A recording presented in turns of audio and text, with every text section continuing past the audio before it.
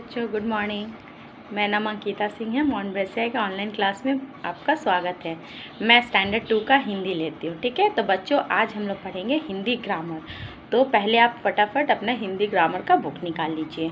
पर बच्चों मैं एक बात और आपको बोलना चाहती हूँ कि आप लोग घर में अच्छे से पढ़ाई कर रहे हैं ना, ये मैं पूछना भी था मुझे आपसे। क्योंकि आप ये मत सोचिए कि ऑनलाइन क्लास चल रहा है तो आपका पढ़ना ज़रूरी नहीं है या वीडियोस देखना ज़रूरी नहीं है। ठीक है, क्योंकि जिस भी दिन स्कूल खुलेगी ना बच्चों, उस दिन आपकी कॉपी भी चेक होगी।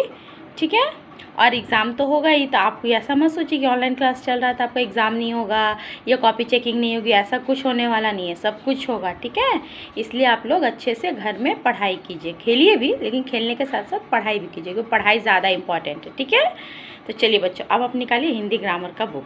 जो आप निकालिए चैप्टर 4। ओके, दो व्यंजनों का मेल। तो बच्चों हमने पिछले वीडियो में क्या पढ़ा था? हमने पिछले वीडियो में पढ़ा था कि संयुक्त व्यंजन क्या कहलाता है। ठीक है, फिर संयुक्त व्यंजन क्या होता है और छ ज्ञ त्र और श्र के बारे में पढ़ा था हमने, है ना। और पढ़ा था कि र एक व्यंजन है और र जब अ के बिना लिखा जाता है तब र में हलंत लगा के लिखा जाता है। ठीक है, और र के 4 रूप होते। कितने रूप होते? 4। और चारों हमने देखा था कि एक ऐसा र होता है जो कंप्लीट होता है। ठीक है, जो किसी एक व्यंजन के साथ पूरा आता है सिंपल में, जैसे घर घर, है ना, रथ रथ, वैसे ही। और दूसरा क्या हमने देखा था कि दूसरा है ये, जिसे हम क्या कहते हैं? बोलिए, रेफ की मात्रा। क्या कहते हैं? रेफ की मात्रा। ठीक है, तो बच्चों पहले हम समझते हैं कि रेफ की मात्रा होती क्या है। ये जो रेफ की मात्रा होती है, ये भी जो ये होता है, ये भी क्या होता है? र ही होता है। ठीक है, लेकिन जब ये र होता है तो इसको हम र कंप्लीट क्यों नहीं लिखते हैं? इसको ऐसे ऊपर में सी, इंग्लिश का सी के जैसा क्यों देते हैं? क्योंकि जब भी कोई र जो होता है, जब भी र का उच्चारण किसी भी शब्द में, जब र का उच्चारण, ठीक है, किसी व्यंजन के पहले होता है। ठीक है, जैसे यहाँ पे देखिए य के पहले र का उच्चारण हुआ है ना, लेकिन और य का पहले तो र का उच्चारण होता ही है, प्लस में हुआ ही है। प्लस में ये जो र है ये स्वर रहित है। स्वर रहित मतलब स्वर है नहीं, रहित मतलब नहीं है। ठीक है, रहित का मतलब ही होता नहीं है। तो ये इसमें र जो होता है इसमें अ नहीं होता है। हलंत लगा मतलब ये र में अ नहीं होता है। तो इसके जब हलंत लगा था किसी में और र में अ नहीं होता है तो इसको हम कैसे बोलेंगे? र। इसको हम लोग बोलते हैं र, ऐसे करके बोलेंगे। ठीक है, इसका उच्चारण कैसे होगा? र। ठीक है, र कंप्लीट नहीं बोलेंगे। ठीक है, इस तरह करके इसका उच्चारण किया जाता है। तो जब भी ये र स्वर रहित आता है और उसके बाद कोई व्यंजन होता है तो इसको हम क्या करते हैं? बोलिए, क्या करते हैं? तो वहाँ पे र को हम लोग उसके बगल वाले व्यंजन जो होता है उसके ऊपर इस रूप में लगा देते हैं। ठीक है, तो हम लोग अब क्या बोलते हैं? सूर्य। क्या बोलते हैं? सूर्य।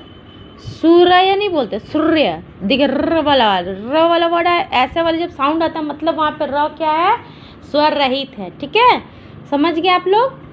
जैसे अब दे सूर्य, मूर्ख, मूर्ख, कभी मूर्ख नहीं बोलते हैं, मूर्ख, है ना। र ऐसे वाला र करके आता है। ठीक है, इसमें वहाँ पे र रहित होता है, स्वर रहित र होता है। अब है देखिए, र का ये रूप होता है, एक ऐसा वाला रूप होता है और एक ऐसा। ये दोनों को कौन सा बोलते हैं हम लोग? पदेन की मात्रा बोलते हैं। और इसमें जो र आता है, जैसे मैंने आपको बताया, इसमें जो र आता है वो क्या होता है? स्वर रहित होता है, मीन्स उसमें स्वर नहीं होता है। लेकिन यहाँ जो ये दोनों मात्रा का प्रयोग वहीं पे होता है जहाँ पर स्वर, जहाँ पे र जो होता है वो स्वर के साथ होता है। ठीक है, र जो होता है कि वो स्वर के साथ होता है, मीन्स कंप्लीट र होता है। तो ये बताइए कि जब कंप्लीट र होता है तो वहाँ हम लोग र क्यों नहीं लिख देते हैं? ज़रूरत क्या है वहाँ पे हमको ऐसा पदेन की मात्रा ऐसा या ऐसा लगाने के लिए? कोई ज़रूरत है? नहीं है। अगर है तो क्यों है? तो वहाँ इसलिए उसका ज़रूरत रहता है। पहले देखिए, ये वाला जो पदेन की मात्रा 2 है, ठीक है, तो दोनों का उपयोग हम क्यों करते हैं, कहाँ करते हैं, ये मैं पहले आपको बताती हूँ। देख लीजिए, ये जो है ये भी पदेन की मात्रा है और ये भी पदेन की मात्रा है ना। तो ये हम ये जहाँ ये लगा सकते हैं वहाँ ये भी लगा सकते हैं, जहाँ ये लगा सकते हैं वहाँ ये भी लगा सकते हैं, लेकिन हम ऐसा नहीं कर सकते। क्यों? ये गलत है। क्यों गलत है? देखिए, कोई भी व्यंजन क से लेके ज्ञ तक का जो व्यंजन होता है उसमें अगर कोई भी व्यंजन ऐसा होता है जिसमें पाई होता है, इसको पाई बोलते हैं, ठीक है। पाई लगा होता है, जैसे ये देखिए क में पाई है, ग में भी पाई है ना, घ में भी पाई है, म में भी पाई है ना। इस सब में जब पाई लगा हुआ है, जिसमें पाई लगा हुआ उसमें हम पदेन का ये वाला रूप लगाते हैं ऐसे, ठीक है।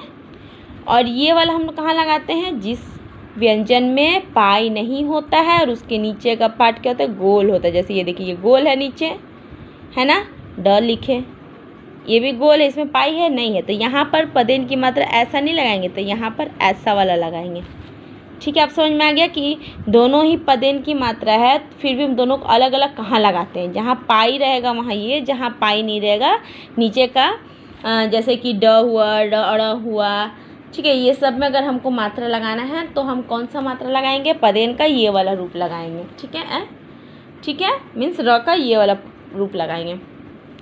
अब ये बताइए कि हम र कंप्लीट क्यों नहीं लगाते हैं, इसमें र जब कंप्लीट आता है तो कंप्लीट र हम क्यों नहीं लिखते, हम उसमें पदेन की मात्रा क्यों देते हैं, क्योंकि जब भी ऐसे शब्द में र जो है वो कैसे आता है,